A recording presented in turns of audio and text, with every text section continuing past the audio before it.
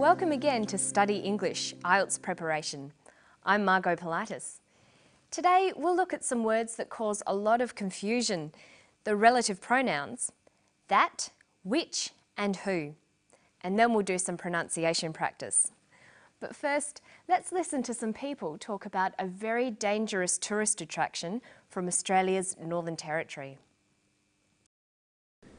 People have always been fascinated with death.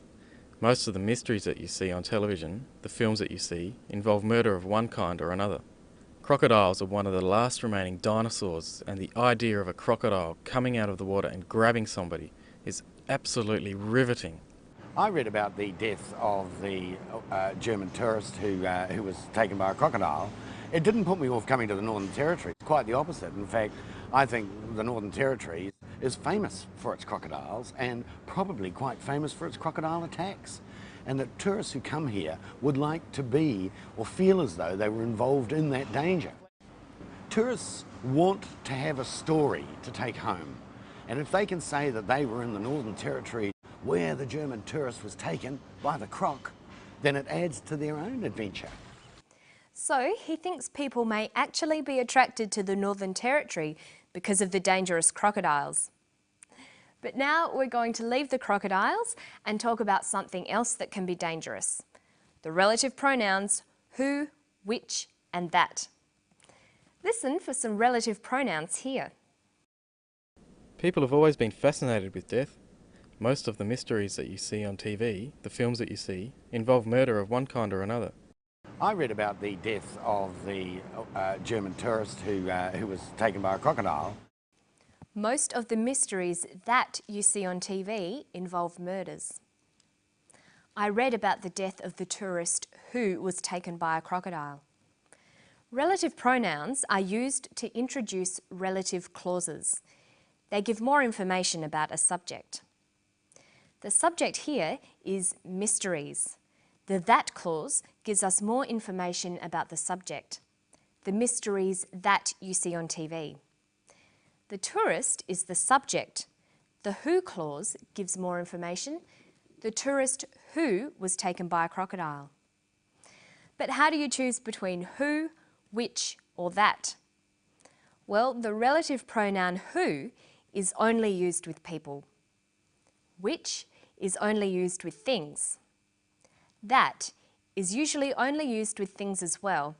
Sometimes in informal language it can refer to people, but when you're learning English it's probably best to avoid using that for people. The most difficult thing with these relative pronouns is working out the difference between which and that. As a general rule, we use which when the clause does not affect the meaning of the sentence. A which clause just gives us extra information. It can be left out of a sentence and the sentence still has the same meaning. When which is used in this type of clause, we put commas around it. The hat, comma, which is on the bed, comma, is new. Here, the clause which is on the bed just gives us additional information. We can take it out and the sentence still makes sense. There is only one hat. It's the hat on the bed. We take out the which clause and the important information is still there. The hat is new. Okay, now let's look at that. We use that for clauses that are a crucial part of the sentence. They are actually part of the definition of the subject. The hat that is on the bed is new. Notice that clauses do not use commas because they are a crucial part of the sentence.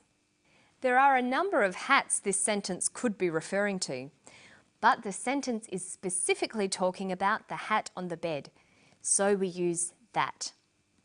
The that clause cannot be taken out of this sentence. The hat is new. It doesn't make sense here because it doesn't tell us which hat is being discussed.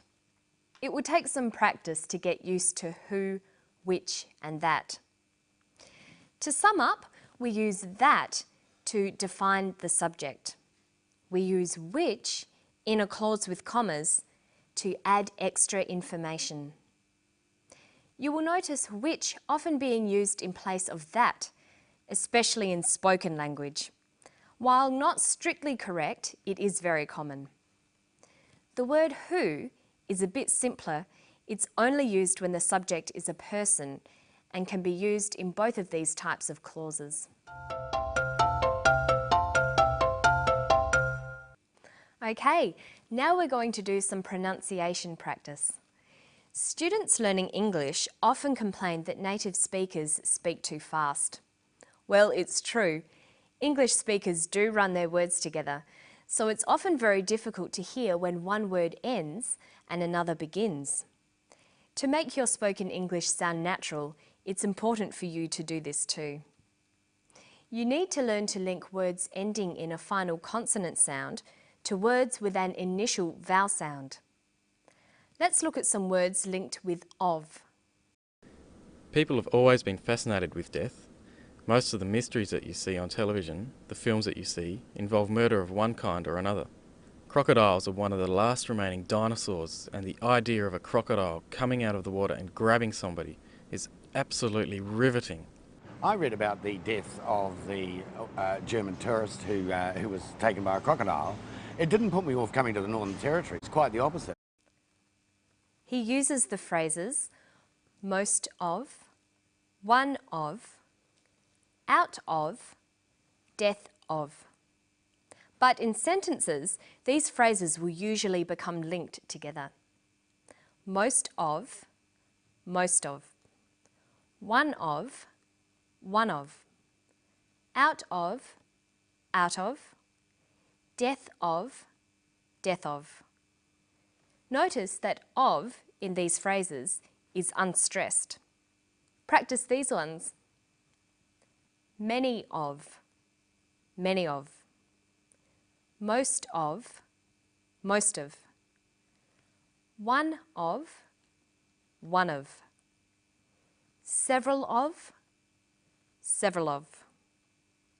Listen to the differences when I read these sentences in a natural, conversational way. One of my best friends lives here. One of my best friends lives here. Many of the trees have died. Many of the trees have died. I enjoy most of her songs.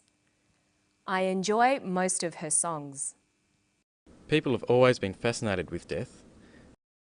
Crocodiles are one of the last remaining dinosaurs, and the idea of a crocodile coming out of the water and grabbing somebody is absolutely riveting. He says people have always been fascinated with death. People have always. Notice how in conversation we link the final consonant sound v with the initial vowel sound or. Have always. Crocodiles are. Crocodiles are. Is absolutely. Is absolutely. Okay, now let's try these sentences. She is always studying hard.